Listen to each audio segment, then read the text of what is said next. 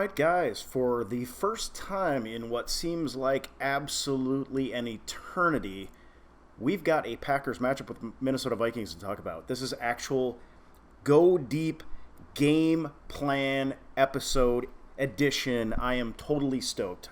We are talking on a Tuesday, or I am recording this on a Tuesday.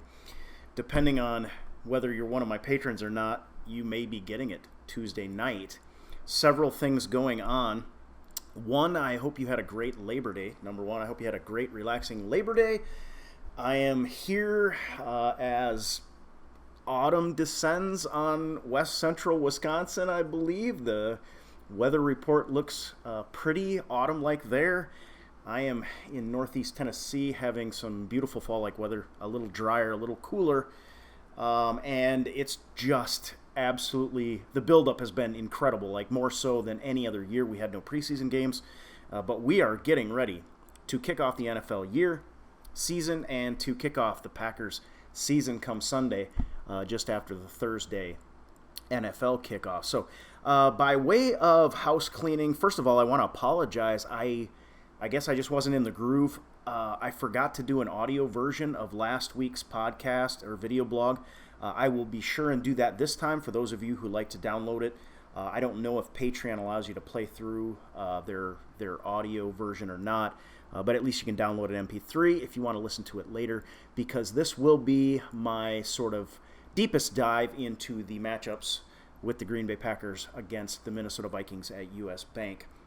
It seems like there's something else I needed to mention early on here, but that's okay. We're going to talk about rosters. We're going to talk about mismatches, caveats. We're going to talk about the game plan. We're going to have bold predictions, and I will at the end give my prediction for this game, but I'm going to tell you, as of the recording of this, I am not solid on my prediction yet. So I'm going to be flying a little bit by the seat of my pants, but that's okay. We will get it done, guys. All right, so first of all, I want to talk about the rosters a little bit. Now, I'm not going to spend as much time, and I did leave my ugly mug off of this video, I'm noticing right now. That's just fine. I brought up, for those of you who are watching on video, the depth charts, which are required by the NFL for the teams to put out after final cuts. I'm not going to talk a lot about the Packers because we are so familiar. I think the biggest thing on the Packers roster right now is what's going to happen at right tackle. And there's all kinds of conspiracy theories out there. I think Billy Turner is listed as the number one. If he can't go, it's going to be Rick Wagner. The Lane Taylor becoming a better right guard has given the Packers a couple of options at right tackle, but I still just don't quite think we have answers. And answers at right tackle mean answers for Danielle Hunter, and so they're very important right now. I don't think they sway the game a huge amount depending on how the Packers move forward with that, but I think that's pretty much the only main thing. I mean, defensively, you got Dean Lowry, Tyler Lancaster, and Kenny Clark, and if you're going up against the Minnesota Vikings with Dalvin Cook, I mean, I would love for Kingsley Keke to be better than Tyler Lancaster, but Tyler Lancaster, little more of a traditional, three-tech, a little bigger body. I am fine with that. I saw his interview. I just feel like his confidence level is up there. Of course, it's the beginning of the season. He hasn't been punched in the mouth yet either. We'll talk about caveats on that potentially later in this video blog. But for the most part, the Packers are intact. I think that's important. For the most part, the Packers are veteran. I think that's important. And the places where we might have rookies working in, you're talking about tight end, that's difficult. I think tight end you got to be patient with, especially with a guy like Josiah DeGuara. And all of the things, the H-back duties, the line run blocking duties, the slot duties, the tight end duties, the move tight end duties, the fullback duties potentially. I think you got to be really patient with Josiah DeGuara. A.J. Dillon, on the other hand, as a running back, he's a guy, I would expect if you needed to roll him out, you could. I will talk more about that in my game plan. I got a bold prediction that I came up with, and as you probably know, my bold predictions, I'm just trying to find something different than everybody else will say. But before we get to that, let's go to the Minnesota Vikings depth chart. Now, this, I think, is going to... I know it surprised me a little bit. So if you can't actually see it, wide receiver 1, You got Adam Thielen, obviously, but Justin Jefferson is not listed as the next number one wide receiver on this Minnesota Vikings depth chart. This is BC Johnson. Ola BC is his real name. In case you didn't know, he is a 7th-round pick. Was a teammate of Michael Gallup, who I'm sure all of you remember. This guy's 6'0", 204 pounds, and ran a 4.51. Okay? So he's not big. He's not heavy, but he's also not fast, okay? He is, according to the scouting reports I was looking up, he's dangerous with the ball in his hands, which I think might feed into one of the caveats I'm going to talk about later. He's a good route runner, and he's a very good team guy. But this guy, a rookie coming in, Justin Jefferson, I've got to feel like he's going to play at some point because I got to feel like Olabisi is going to get shut freaking down. This is a guy, if you're talking about his weaknesses, he struggles to create off the line of scrimmage, which you have to do in the NFL, and he's been described as just a guy. And if you look at him, 6 foot flat, 204 pounds, 4.51 speed, he definitely sounds like just a guy. I had been talking about my belief that Kevin King could handle Justin Jefferson. I still think in this game that's going to happen because you're going to have to get something out of your second wide receiver. The Vikings, I've said all along, are going to struggle in this area, even with Justin Jefferson as a rookie. But this looks like a major advantage for the Green Bay Packers. And then, potentially you get to the point where you're desperate enough, you have to put Justin Jefferson in. But what does it say? And I know there were lots of Packer fans were high on Justin Jefferson. After Brandon Ayuk was gone, was just fine, and I forget where Justin Jefferson was picked. I mean, obviously the Minnesota Vikings picked him in the first round before us. But this is very interesting to me. So the Vikings will not be rolling out anything near, let me be clear, anything near the combination of Adam Thielen and Stephon Diggs. Remember the name BC Johnson because he might be rolling out as a starter on Sunday. So, all right, let's see. What else did I want to talk about? Okay, the other one that is very notable, and if you don't see this, that's fine. They were working on a restructuring of Pat Elflein because he's not that good, but now they have to keep him. Garrett Bradbury struggled last year. You've got to assume Vikings fans are expecting him to take a second-year leap, so he could conceivably be better, but I don't think he's going to be good. I don't think he's going to be good enough to handle.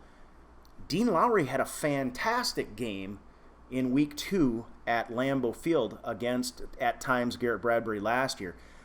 Dakota Dozier right now is still the left guard. Ezra Cleveland, now that, in case you're not familiar, is their second-round draft pick. So you've got Justin Jefferson, first-round draft pick, Ezra Cleveland, second-round draft pick, and neither one of those guys is cracking a starting job right now. I think that's insanely important, insanely strange.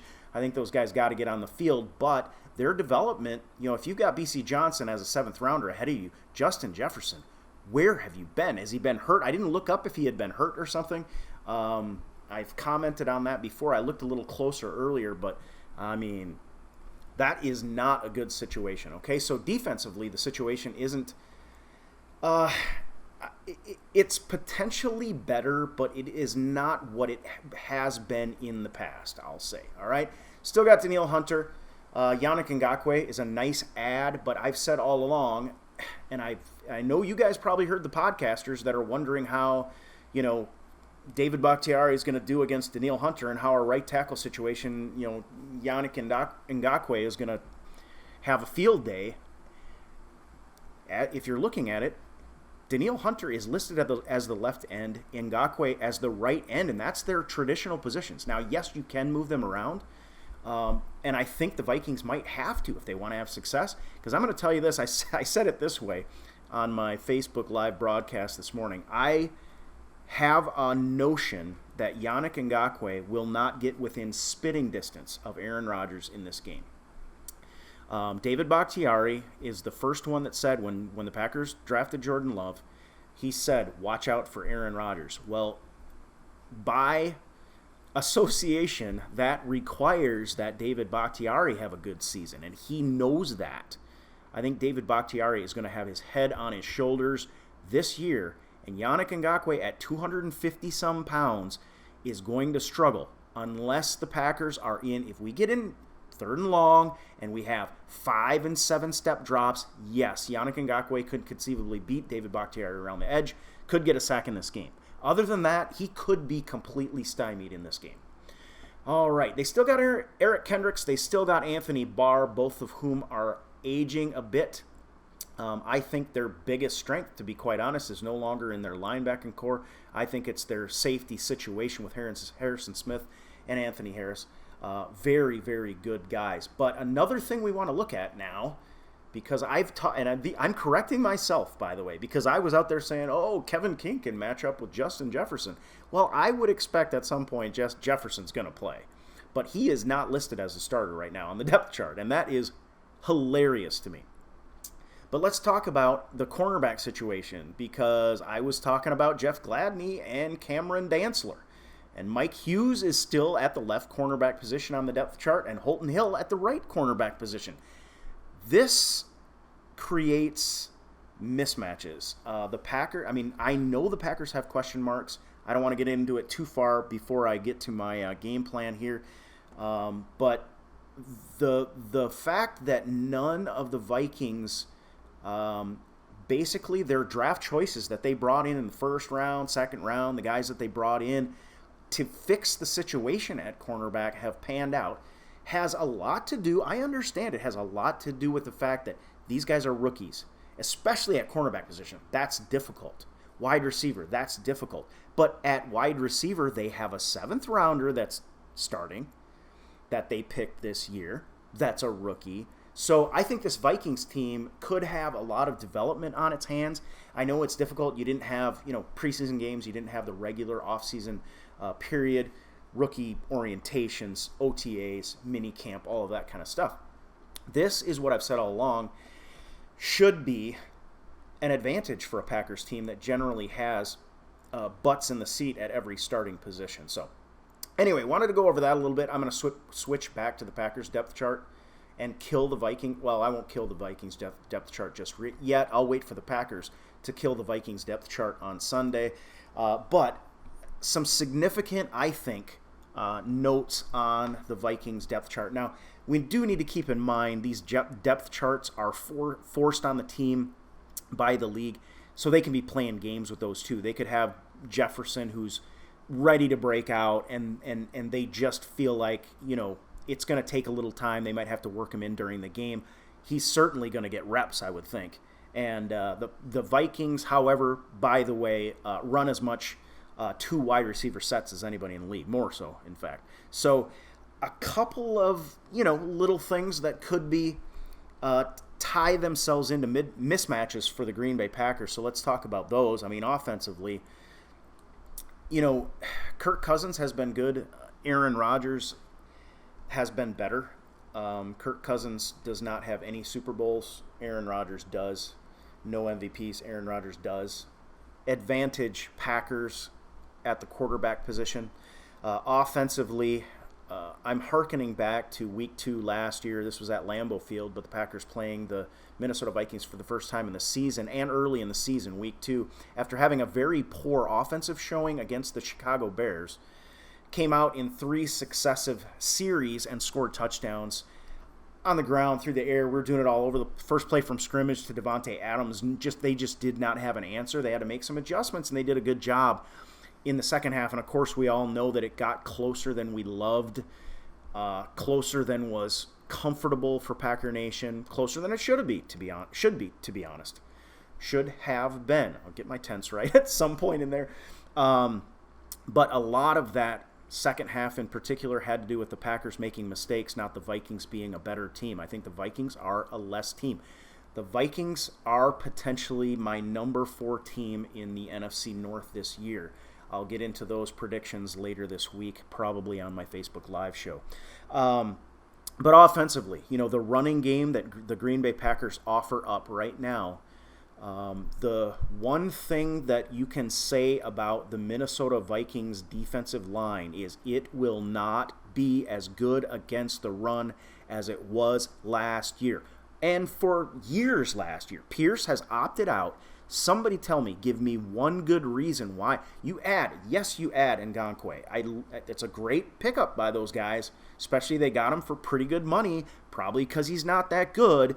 The guy is 250-some pounds. He is not going to be. He played 70-plus, I believe, snaps in your first and second year running downs, and he's not terrible, but he is certainly not going to be as good as this Minnesota Vikings line was in the past. They're just not going to be as good against the run. Not going to get into the full overall game plan just yet. So I think there's definitely an opportunity for the Green Bay Packers against that line to run the ball, and that's part of the reason I've got A.J. Dillon in the back of my mind, and Matt LaFleur kind of hinted at a little bit that he better be ready to play. Rotationally, you want him to play. That just means that Aaron Jones is a little fresher when potential postseason comes around. Jamal, who has had a fantastic training camp and who has had he was devastating against the Minnesota Vikings on the ground last year. Those are rotational guys. Those are your starters, that you want to. A guy like A.J. Dillon comes in, takes some rotational reps. Tyler Ervin, as now listed a wide receiver, he's really the sixth wide receiver, but they can also rotate him in. He can take some running back reps, and he can also press the wide side of the field. He can stretch this defense east to west as well as north to south. I think there's a real opportunity for that. Yes, they've got Kendricks, they got Anthony Barr. Those are good players, but I don't think they're the same players. Barr can actually cover, but again, I think the Packers are going to be able to find mismatches whenever they want at this point right now. So, other offensively, obviously, if you're talking about the wide receiver group, you're talking about Davante Adams first. There is not a cornerback on the Minnesota Vikings that can cover Davante Adams right now. That's just a straight up and simple fact. Now, if you put a cornerback and you have a fantastic safety group that has at times gotten the best of Aaron Rodgers, you can conceivably have some success against Davante Adams. The problem the Vikings are going to have is they don't have a decent cornerback now to put on them. I mean, there's no Xavier Rhodes. This is a huge problem. Add to that the fact that you're going to have Equanimeous St. Brown, MVS on the perimeter. You're going to have Allen Lazard in the slot right now. And the Packers have a significant, even though we don't necessarily know that we have a great second wide receiver, we know that we've got a fast second wide receiver in MVS on the perimeter. And if you're counting Lazard as the second wide receiver of the group, he's going to be in the slot. They're going to be on three wide receiver sets quite a bit, maybe not as much. But if they are not in a three wide receiver set, you're going to have to deal with Mercedes Lewis, Big Bob Tonyan, the threat of a run, and the passing game with Aaron Rodgers. So I think offensively we have a major advantage in this one. And I'm going to say this right now. From a football standpoint, if the Green Bay Packers do not score 30 points in this game, they did something. 27-30. I'll give you a 27-30. They did something wrong. They need to be scoring. Look at the 21 points we got in 3 drives last season. We should be doing that for an entire game this time around. I mean, there is no reason to believe otherwise. Now, the Vikings defense on the back end looks good. On the front middle looks good. But other than that, or not the front middle necessarily, the front middle and the D ends, their D ends look good. But there are ways to get around that. And the Vikings should be very happy that they brought in Ngakoue because now they at least don't have one side of the field that's completely uncovered. But the middle of the field is going to be soft for the Minnesota Vikings. And so defensively, before I get into that, defensively, how do we match up? Adam Thielen's a good wide receiver. And you can see, I believe, there's some respect and kind of a little bit of a rivalry between him and Jair Alexander. But it's a respectful one, and I'm excited about that. I don't think Adam Thielen can kill us right now. And the reason is not because Kirk Cousins it's not because Adam Thielen isn't a good wide receiver. It's not because I think Jair is going to break down as in coverage as a cornerback. I think it's going to be because I think Kirk Cousins is going to have a very bad day against the Green Bay Packers. Again, we'll get into in a football sense, how I feel like that's going to come about. But I think defensively, if Jair Alexander holds his own, who would think he can't? I mean, he might get beat a time or two. There might be a pass thrown over him. He might let one go. I mean, he might let Adam Thielen break one. Okay, that's 7 points. Kevin King is going to be up against a no-name. I mean, I just told you his name and I can't remember it. Alabisi. Okay, there you go. Potentially Jefferson. He can handle Jefferson without any problem. They've got no one that even compares to Stephon Diggs right now. Stephon Diggs not quite as big, not quite as tall, but he was a very good wide receiver. He is going to be a bigger loss than I think many Minnesota Vikings realize. They bring in Jefferson. They're all excited about that, but that guy's going to have to develop, and he's going to have to learn, and he's going to learn the hard way week 1 against potentially Kevin King, how difficult it is to be a star in the NFL. So defensively, I think we match up more than adequately against their wide receiver group. The tight end group's another matter. Christian Kirksey, I think he's going to be stout against the run. I don't know if Green's going to be available with his injury. And Rudolph has killed us in the past. They still got Irv Smith Jr., who did virtually nothing last year. But he was one of those guys that was pinpoint as a potential very good tight end option. And again, I mentioned the Vikings used the 2 wide receiver set. That means you've either got 2 running backs or 2 tight ends on the field. They have hurt us in the past. I've said all along from last season, the problem was not, yes, you want to stop the run. Yes, we had a major failing in that in the NFC Championship game in particular. But the Packers' real problem was not being able to handle running backs and tight ends out of the backfield. That, I think, is the biggest chance and opportunity for the Vikings to win this game, and I think they do potentially have a matchup advantage there, at least from time to time, but Rudolph is getting old, and I think, again, Kirk Cousins having a hard day. You got to have time to throw to those guys. But the tight ends generally work in the middle of the field, the intermediate stuff, not a whole lot of seam stuff. I think there is the potential of a weakness for us there. Defensive line. So I'm going to say this. I mentioned that Dean Lowry had a fantastic game against the Vikings last year in week 2. He tapered off later in the season. He says he's stronger than he's ever been before. If you've got Kenny Clark, Dean Lowry, and maybe if Kingsley Keke isn't quite ready, you put in Tyler Lancaster, especially on running downs. He's a big body. I think the Packers can be fine against the run because then, or you go Kenny Clark and Lancaster big up front, and then you bring in that third outside linebacker. You're going to have Rashawn Gary. I think we're going to see a lot of that, to be honest, because that's where I would be headed. Because you've got a guy that if he needs to drop into space, Rashawn Gary, out of any of these outside linebackers, can drop back into space. Preston has already shown he can do it. I think you're okay there, but you also have the run support ability of Rashawn Gary. I would love to see a lot of 2-down linemen because Kenny Clark is so freaking good. And then you can kind of rotate in Lowry and or Lancaster. But we'll see how that goes. But defensively, against their offensive line, this is a Packer win, guys. Elflein is not that good. Garrett kind of sucked, and I'm trying to remember. Or Garrett Bradbury, if he takes a leap forward, okay, he could all of a sudden be a great center.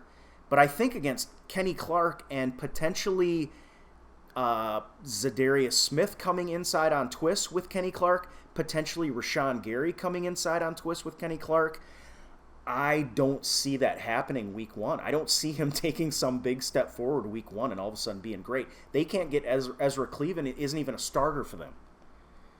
And he's their big hope at the left guard position. So defensive line, obviously we want to see what Kingsley Keke can do. We don't know what the injury situation is with Montravius Adams. Don't expect him to play. So are we going to tire out potentially down the stretch? Oh, there is a potential for that. But defensively, up front, I think we're going to be good. I think our offense outside linebacker group is going to absolutely... Listen, all right, Dean Lowry and Kenny Clark, Preston Smith, Za'Darius Smith, Rashawn Gary up front, and against the Minnesota Vikings offensive line. So you're talking Riley Reif. Does he scare anybody? No. Dakota Dozier still, because Ezra Cleveland hasn't panned out yet. Garrett Bradbury at the center position, facing, you go head up, and he's staring down. No, let me rephrase that. Kenny Clark is staring him down, and he's just crying up there. He's dripping sweat and tears onto the football that he's trying to snap. Pat Elflein and then Brian O'Neill. Seriously, this is a big-time win for the Green Bay Packers. And I'm just stating the facts right now. We are better at every position in that situation.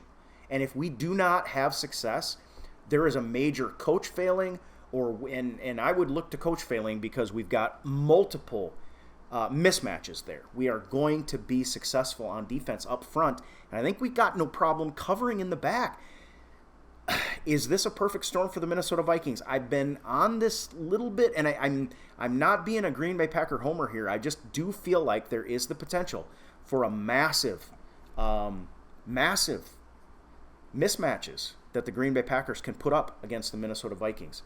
So there's some offense and defense. I guess I didn't talk about the safety position too much. Their safeties, are they better than ours? Yeah, probably, but ours aren't half bad either. I mean, Darnell Savage, Adrian Amos, we don't know, if we're going to be able to get Green come in and play hybrid linebacker next to Christian Kirksey.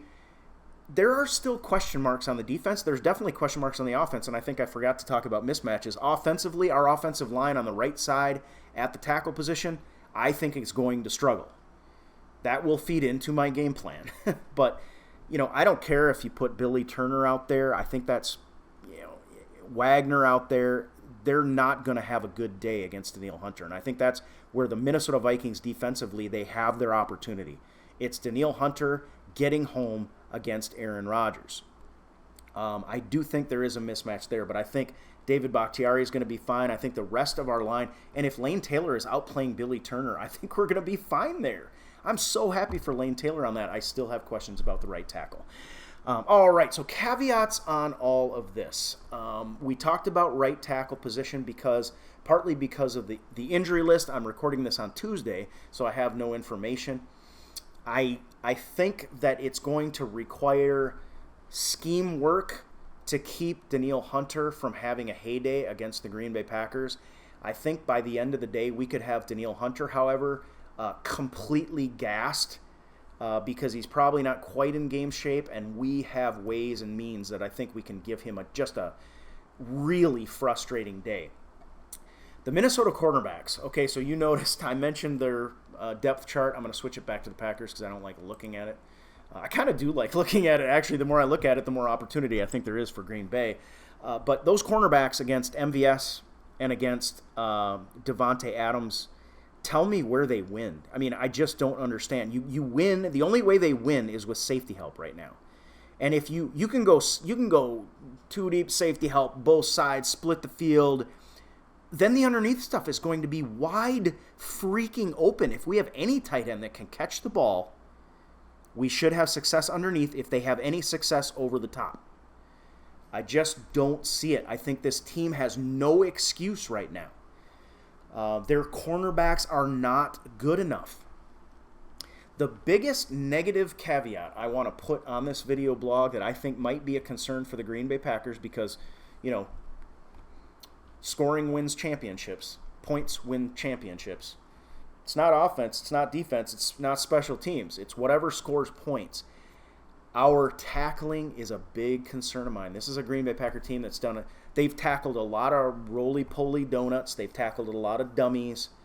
They have not done a lot of tackling to the ground. And I think if I'm this Packers coaching staff, I'm going to be very concerned about this team.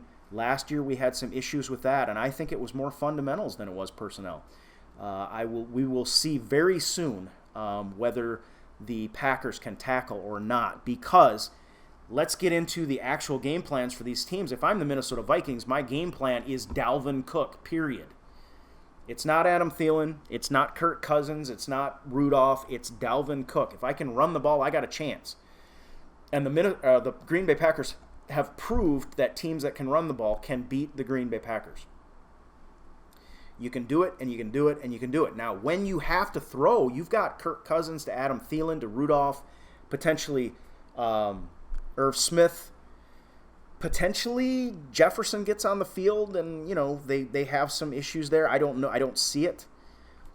But it's not about being balanced for the Minnesota Vikings. It's not about being balanced for me for any team. I don't have any. It's about the fact that the Green Bay Packers are going to tend toward dime and nickel personnel with lighter guys.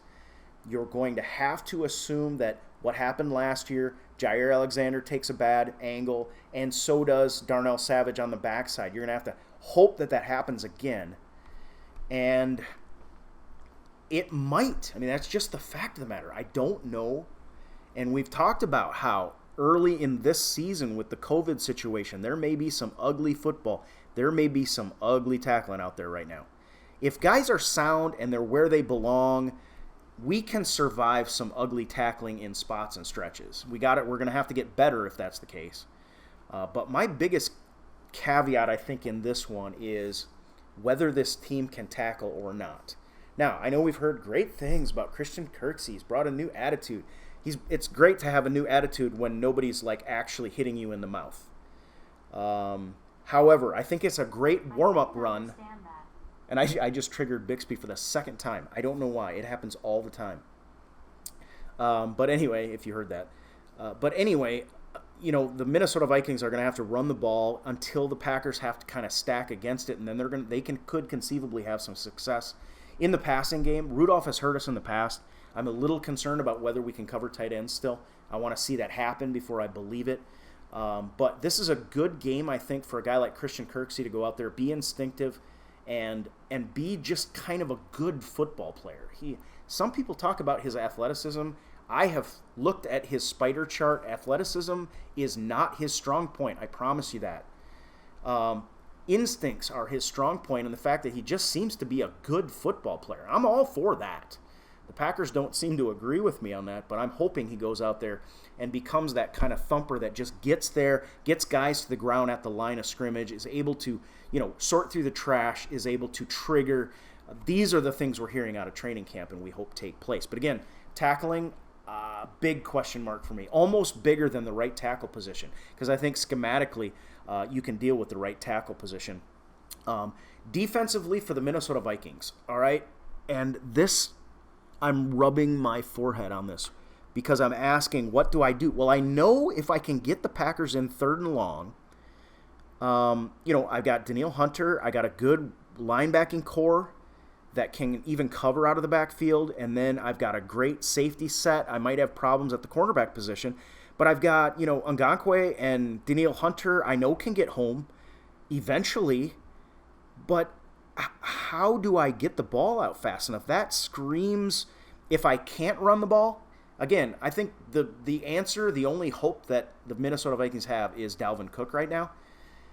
Thielen has some short area quickness, but I'm thinking it's going to have to be Rudolph at tight end or Irv Smith at tight end. I do not feel good about defensively how I can get home. I do not feel good about offensively if I get in 3rd and long. But defensively, I have to force the Packers into 3rd and long. That was their big problem last year. You're hoping that Aaron Rodgers hangs on to the ball. That's not the story about Aaron Rodgers right now. Again, we'll see how it pans out. But I'm kind of butting my head against the wall, and I'm kind of at week 1 wondering if this isn't going to be a long season in the NFC North. Now, you got the Bears who they just don't have a well put together offense, and Trubisky just got named their starting quarterback. But you got the Lions, they look devastating on offense. You got the Packers, they look pretty score capable to the tune of that 30. Aaron Rodgers is capable of scoring 30 points a game. I just don't know, again, from a football standpoint, if I'm the Minnesota Vikings, my key to the game is find a way to get the Packers into 3rd and long But I don't know who you have to do that. It's going to be Danielle Hunter. It's going to be the double A gap blitz because you still have, your linebacker set. But if the double linebacker set doesn't work against Corey Linsley, Elton Jenkins, and now Lane Taylor, who's taken over for Billy Turner, how are you going to get this team in 3rd and long? They're going to be able to run. They're going to stretch you west to east. They're going to stretch you north to south. They're going to come underneath. Aaron Rodgers is now throwing over the middle more. Again, I am not liking this matchup at all if I'm the Minnesota Vikings. So the Packers, how do we take on this challenge of the Minnesota Vikings defense? It's been very good in the past. My initial thought, because really their only strength is their pass rush, is to just run the ball right through it. I would like to see some A.J. Dillon. You don't need him. Williams is great. Destroyed him week 2 last year. Aaron Jones destroyed him week 2 last year. East to west. He just beat him around the edges. A.J. Dillon, to me, if you have, and they've got some power run, some gap scheme stuff in the playbook. If they don't, they should have built some because they drafted A.J. Dillon. And when you're drafting a guy like that, you might want to seriously consider it. We saw inside zone work out of Aaron Jones that was wildly successful against the Dallas Cowboys last year and their vaunted linebacker group. I think this team is going to run all over the Minnesota Vikings. Now, with that said, I don't want to see... obviously, the Packers don't have to be desperate to run the ball. I think the Minnesota Vikings flat out do. But I want to see the Packers just stretch and test the defense at every single level. We are capable of motioning Tyler Ervin and stretching them east to west, taxing the communication between cornerbacks that aren't guys that are really that good on the outside. The linebackers are fine. We have the capability with MVS of at any point getting behind anybody they can field right now. Devontae Adams underneath and some of the stuff that he does with his ability off the line of scrimmage, I don't see them having an answer to. So I just say stretch and test the defense. So use the run game. I have no interest whatsoever in a balanced offense. I have interest in an offense that sees, with Aaron Rodgers, his eyes on the field, sees what the defense is planning, is believing you're going to do, and has an outlet to do something else, because there will be a mismatch. Guaranteed. If the Vikings try to stack against the run, there will be a mismatch in the passing game, guaranteed. And then guys just got to win their one-on-ones. You go out there, Devontae Adams, how many one-on-ones did he win against guys like Darius Slay, Xavier Rhodes, like real cornerbacks out there? I don't think the Packers have to do anything but scheme, and be very, I don't know what the word is. Multiform is what I've used in the past. I don't know if it's a good word. It's a long word. Maybe that makes it good. But take what they're giving you and defeat it on a play-by-play basis, because you have the personnel to do that. I don't expect a lot of Josiah DeGuara in this game. I really don't expect A.J. Dillon a whole lot. I would love to see it, though, and I think potentially at the end of the game, I just don't know where he's at. I don't know where, like if you ask Matt LaFleur, where is your trust at if A.J. Dillon, you trot him out on the field, they stack against the run, so Aaron Rodgers audibles into an obvious play, a passing situation that's going to be successful if you can pick up the guys that come. Do you think A.J. Dillon is there? That, I think, is the biggest question for me. And I think probably the answer might be you might see LaFleur's shoulders shrug a little bit. He probably will still answer, hey, A.J. Dillon has to be ready, but I'm just not sure we're there yet with the abbreviated offseason. But again, you might see him, and if you do, he's going to, because he is another way to stress the defense. If you've got some power, some gap run plays in your playbook, and you got A.J. Dillon, they don't have Pierce on the interior. They've got no interior on this D-line anymore. And that is a major, major. You can do that with Jamal Williams too, and I think Jamal Williams has a great game.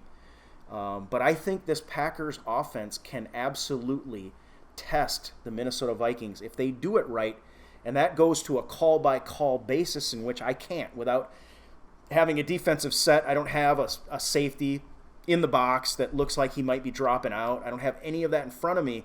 That's going to come down to the play-by-play basis, but I think this Packers team should this Vikings, let me phrase it this way. The Vikings defense on Sunday night should be taking extra long ice baths. That's how I'll put it, all right? So you're going to see, I hope, a lot of play action. I would love to see, if not just inside zone, but this team all of a sudden shows A.J. Dillon, maybe in the third quarter, A.J. Dillon some power run where he just is churning up the middle of the field and punching people in the mouth. Obviously, you know what you got in Devontae Adams, Alan Lazard, you got Aaron Jones, you got Jamal Williams. Those are known quantities. But screw balance. Go out there and do what is going to hurt that defense, because Aaron Rodgers knows what that defense is going to do.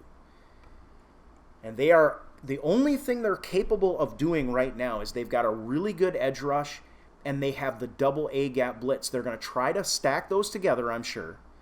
But if you don't get yourself in third and long, this Vikings team cannot defend the Green Bay Packers, in my opinion. So there you go. There is the long. I got some notes, guys. Like, if you hear the papers, I had to write some stuff down. So I want to do a couple bold predictions. And when I do bold predictions, I want to be bold. Like, I want to do stuff. It's not like, oh, Devontae Adams is going to have 180 yards in the passing game.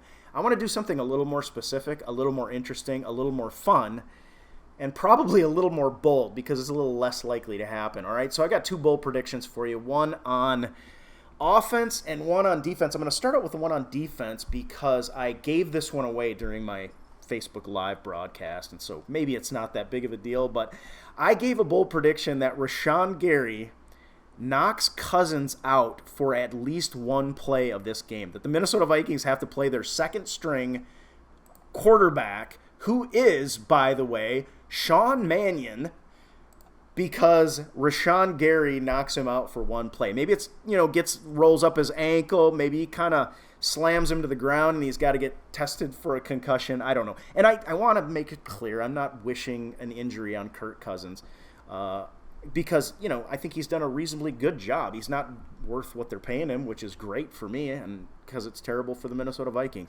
But anyway, Rashawn Gary knocks Cousins out for at least one play. The other one is this, and I have not fully formulated this, so forgive me if I am not quite there, because I've had in mind, I've said, this is my more realistic thing. I think the first place from scrimmage, they did it last year. They play action, and they went to Devontae Adams. I had been calling for play action and going to MVS downtown first play from scrimmage like they did against the Bears. I think they're just going to hand the ball off this time because they know the interior of that defense is not good, and they're just going to do the smart thing and just test them and run it and run it and run it until you stop it.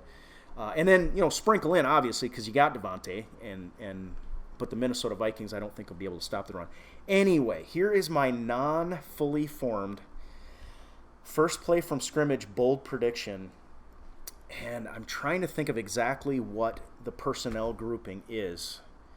So I think what I'm going to do, I'm going to keep it simple because as I formulated the simple one first, and then I kind of second-guessed it. But, okay, the Packers roll out Aaron Rodgers under center, and Jordan Love is the tailback in the I formation. He takes a pitch out and then rolls left. David Bakhtiari is on Yannick Ngakoue. He's not going to do anything, and Jordan Love can step up and inside if he needs to. And Jordan Love, first play from scrimmage, throws a deep in potentially or an intermediate to. No, it would be not a deep in. It would be an over the middle, square in, a little maybe a double move over the middle of the field to Devontae Adams, who the Vikings. There's nobody the Vikings can field that can stop him one-on-one, and the safety is going to be too deep at that point.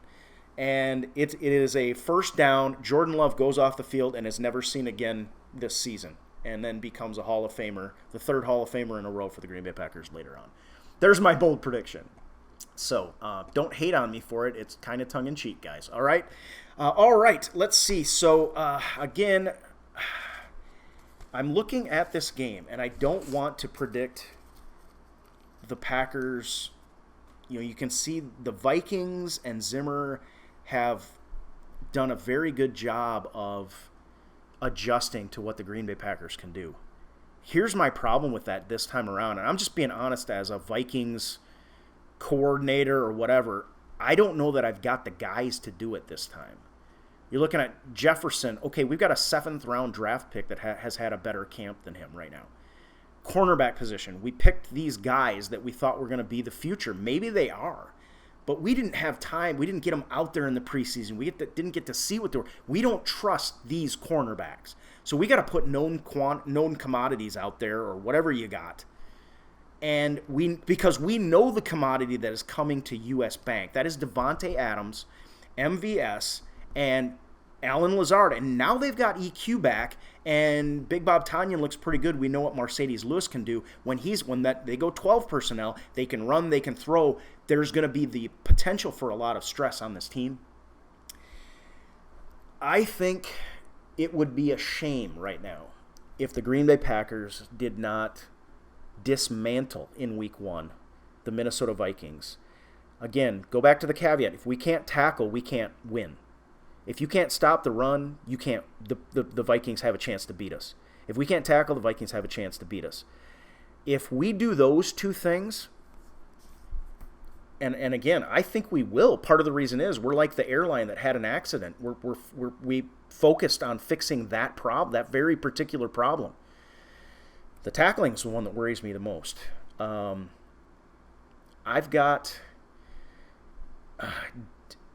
don't see the Vikings. I see them struggling to put together drives. I think I'll give them 17. I think the Packers win 28-17. That's what I'm going to write down. You guys heard it first. Hate on it if you wish. You probably won't because you're Packer fans. But, you might be thinking I'm seeing the world through green and gold colored glasses.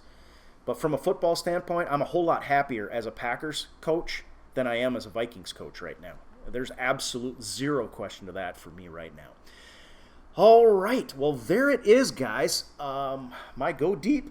We actually had a game plan version of Go Deep. I hope you enjoyed it. I will be sure to put out an audio version of it as well. You guys will get it first, and you will get it with 0 commercials. Guys, I hear the podcast. I listen to them, too. I'm a fanalist.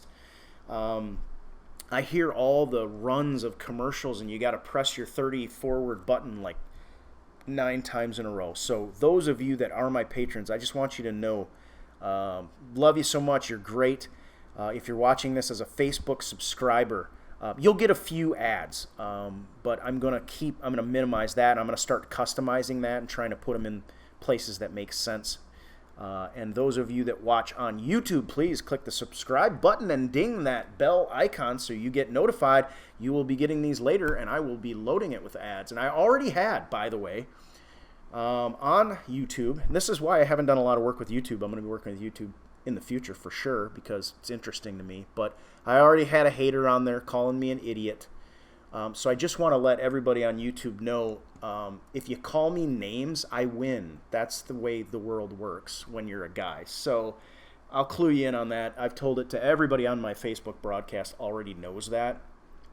If you disagree, that is totally fine. But just getting on and this is why I lean away from YouTube. It's almost worse than Twitter sometimes. But if you're listening on YouTube and you like what you hear, feel free to drop a comment if you agree or disagree. It's just YouTube tends to have some belligerent folks. So, that's fine. Do what you want to do because, frankly, I don't care because I don't need belligerent people. So, all right, guys, this is Brady. I hope you enjoyed this episode. We have Packer football.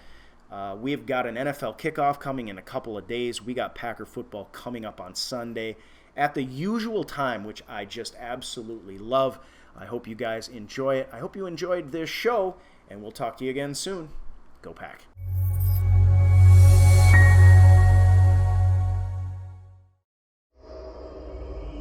Packer Nation worldwide.